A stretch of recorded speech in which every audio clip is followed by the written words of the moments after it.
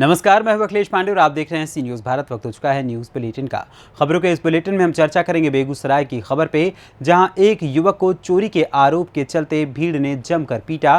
साथ ही बताएंगे हजारीबाग में मनरेगा का एक और अनियमितता करने का मामला कैसे प्रकाश में आया, और अंत में बात करेंगे जोधपुर की, जहां मिशन लाइफ के तहत जल संरक्षण व श्रमदान कार्यक्रम का किया गया आयोजन। और भी तमाम खबरों पर आइए विस्तार से करते हैं चर्चा। खबर बिहार के बेगूसराय से है, जहां बेगूसराय में एक बार फिर भीड़ का क्रूर चेहरा देखने को मिला, जहां मोटरसाइकिल और मोबाइल चोरी के आरोप में एक युवक को लोगों ने पकड़कर जमकर पीटा। युवक लगातार राम की भीख मांगते रहा और भीड़ ने युवक को चोरी का आरोप लगाकर पीट कर अधमरा कर दिया। इस पिटाई के बाद स्थानीय लोगों ने पुलिस के हवाले युवक को कर दिया। वहीं घायल अवस्था में पुलिस ने उसे इलाज के लिए बेगूसराय के सदर अस्पताल में भर्ती कराया है, जहां इलाज चल रहा है। ये पूरा मामला लोहिया नगर थाना क्षेत्र के वीर कुंवर सिंह चौक के समीप का है। घायल युवक की पहचान मुफस्सिल थाना क्षेत्र के कंकौल गांव के रहने वाले सूलो यादव के पुत्र रंजन कुमार के रूप में की गई है। क्या नाम है? क्या? रंजन कुमार। घर? कंकोल। कंकोल। क्या हुआ था? क्या छीन कर भागा था? छिनकने भागा 5,000 गरीब के लिए हमें। हाँ। हमको भी हम गरीब मोबाइल लिया था स्टेशन पर। 5,000 गरीब किने हमको दूसरा लोग दिया गरीब। हम गरीब किने हमें बुलाया, हमें चला है।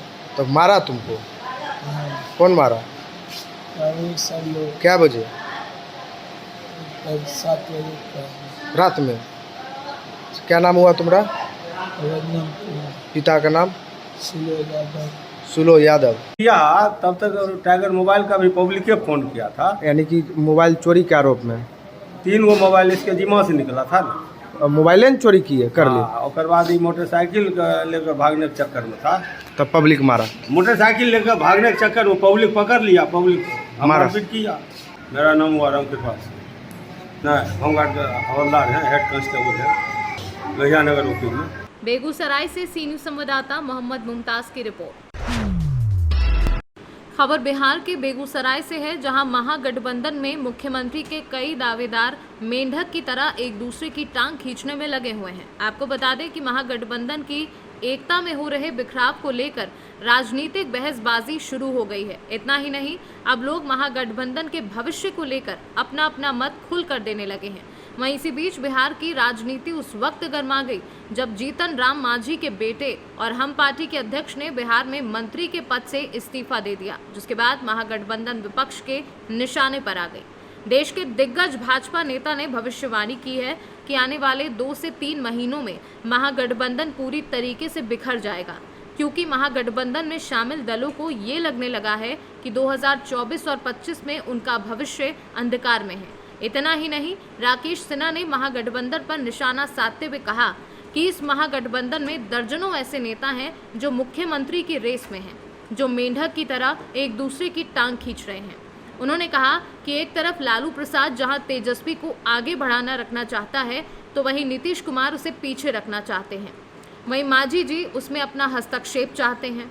बताते चले कि बेगूसराय में आज भारतीय जनता पार्टी की ओर से वरिष्ठ कार्यकर्ता सह टिफिन पर बैठक कार्यक्रम का आयोजन किया। पूर्व जिलाध्यक्ष के आवास पर आयोजित इस बैठक में राज्यसभा सांसद के अलावा बड़ी संख्या में भाजपा के कार्यकर्ता और नेता मौजूद रहे।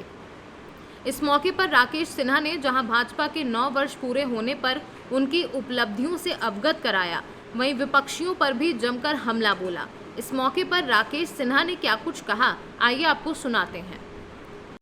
क्या वे लोग इस बात को लोकतंत्र कहते हैं? राहुल गांधी मुसोलिनी के फांसीवाद से, जो उनके नानी का घर है, उससे प्रभावित हैं और गोएबल्स की तरह प्रोपेगेंडा करते हैं। राहुल गांधी उन सबको जमीन देते हैं जो बाहर में बैठकर भारत के उस विकास को, भारत की समृद्धि को, विशेष करके नरेंद्र मोदी जी का दुनिया की राजनीति में बढ़ते हुए हस्तक्षेप को पचा नहीं पा रहे। वे लोग भारत को अब भी 47 से पहले और 2014 के पहले एक कमजोर भारत के रूप में देखना चाहते हैं। मजबूर भारत को प्रधानमंत्री जी ने मजबूत भारत में तब्दील किया है। देखिए, पहले प्रधानमंत्री बनने की घोषणा करना, फिर उससे वापस लौटना, ये दिखाता है कि विपक्ष पूरी तरह से दिवालियापन की स्थिति से गुजर रहा है। आज विपक्ष के पास दृष्टि तो नहीं है, नेतृत्व भी नहीं है। पहले जो इंदिरा गांधी के खिलाफ गठबंधन बना था, उसमें 1 दर्जन ऐसे नेता थे जो प्रधानमंत्री बन सकते थे और मोरारजी देसाई प्रधानमंत्री बने। आज जो पार्टियां हैं वो जड़ जमीन से कटी हुई हैं।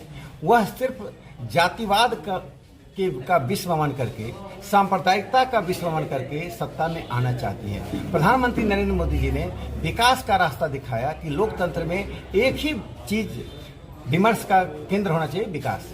तो ये विकास बनाम विनाश की राजनीति है। देश को विकास और समृद्धि चाहिए या विनाश या गिरावट चाहिए। पुल का टूटना यह दिखाता है कि इस महागठबंधन में थोड़ी भी संवेदनशीलता नहीं है। तो मुझे लगता है कि बिहार की जनता 2024 में एक भी सीट पर महागठबंधन को जीतने नहीं देगी। जिस राज्य की भूमिका चंद्रगुप्त और चाणक्य की भूमिका में रही है, जो राज्य को यह गौरव प्राप्त है कि दुनिया का सबसे पुराना लोकतंत्र लिच्छवी यानी वैशाली बिहार में हुआ है, जिसे प्रधानमंत्री जी ने कहा, और जिस राज्य ने पहली बार एक साम्राज्यवाद, वह ब्रिटिश साम्राज्यवाद की तरह ने एक विशाल भारत की स्थापना की, मगध साम्राज्य की स्थापना की, वह बिहार अब लोकतंत्र के रास्ते पर ही इस महागठबंधन को विदा करें। देखिए, लालू जी अपने पुत्र को बढ़ाने में लगे हैं, तेजस्वीवाद चल रहा है। नीतीश जी स्वयं तेजस्वी को नीचे रखना चाहते हैं। मांझी जी स्वयं उसमें अपना हस्तक्षेप चाहते थे। तो बिहार में मुख्यमंत्रियों के दौर में महागठबंधन में दर्जनों नेता हैं, सब मेढक की तरह एक दूसरे का टांग खींचते हैं। तो मुझे लगता है कि महागठबंधन अब बिखराव का ये रास्ता आज से शुरू हो गया है। आने वाले कुछ दिनों में आप देखेंगे महागठबंधन पूरी तरह से बिखर गया। महागठबंधन में जो लोग हैं वो जानते हैं कि 2000 बेगूसराय से सी न्यूज़ संवाददाता मोहम्मद मुमताज की रिपोर्ट। हजारीबाग चौपारण प्रखंड के सिंगरावा पंचायत के ग्राम हजारी धमना में मनरेगा योजना में अनियमितता की जांच 8 जून को की गई थी, जिसमें कई डोबा का निर्माण नहीं किया गया है और राशि का निकासी कर ली गई है। जांच टीम 8 से 10 डोबा में मात्र 3 डोबा को बना था और उसकी जांच की और चलते बना, जिसकी शिकायत आवेदनकर्ता ने बरही एसडीओ को की थी, जिस पर उन्होंने पुनः जांच करवाने का आश्वासन दिया था। दोबारा जांच की तिथि निर्धारित नहीं की गई है। उससे पहले जो डोबा नहीं बना उसे जेसीबी मशीन से युद्ध गति से बुधवार को बनाया जा रहा है। उचित जांच की जाए तो हजारी धमना में करोड़ों की मनरेगा योजना में अनियमितता कर राशि का बंदरबाट किए जाने का खुलासा हो जाएगा।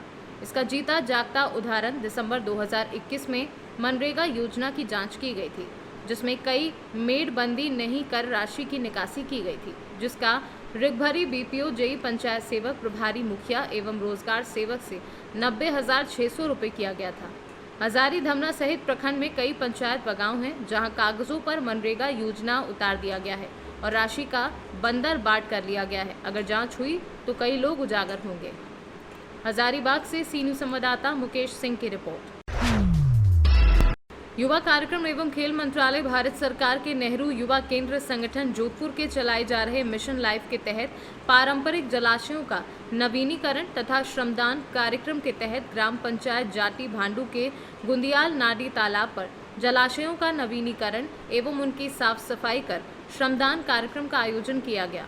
राष्ट्रीय स्वयंसेवक तेजाराम बैरड ने बताया कि इस अभियान के तहत योग अभ्यास, श्रमदान, प्लास्टिक इकट्ठा करना आदि कार्यक्रम होंगे। इस कार्यक्रम में स्वयं सेवक तेजाराम बैरड, लाबूराम, सुरेश पोटलिया, मुन्नी, फूली, धाऊ आदि उपस्थित रहे। जोधपुर से सी न्यूज़ संवाददाता भूमाराम गोदारा की रिपोर्ट। फिलहाल के लिए इस न्यूज़ बुलेटिन में बस इतना ही। देश दुनिया की तमाम खबरों के लिए देखते रहें सी न्यूज़ भारत। हर खबर आपके साथ, आपके हाथ।